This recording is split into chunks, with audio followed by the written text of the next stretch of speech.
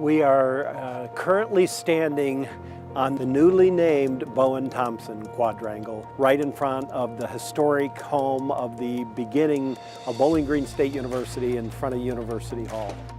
So Mr. and Mrs. Thompson are longtime BGSU philanthropists. They both graduated from the university.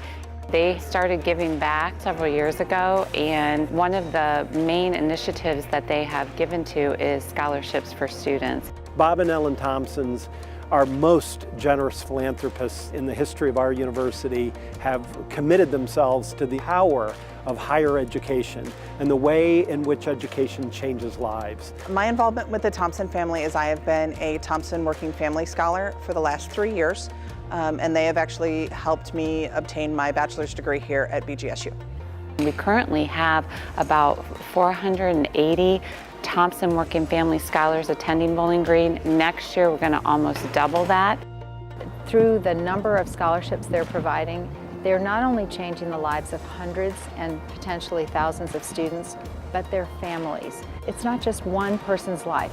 It transforms multiple lives. But it's also to challenge them when they leave Bowling Green State University that they continue to be involved in their community. Perhaps they become the future Thompsons. During our celebration today, we heard from 3 students and 1 alumna who described the fact that they would not have had an opportunity to pursue their higher education dreams were it not for the generosity of the Thompsons.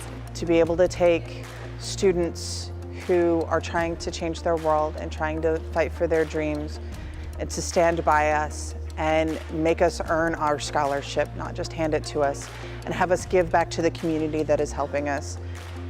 You've given me more in my life than I could even say thank you for.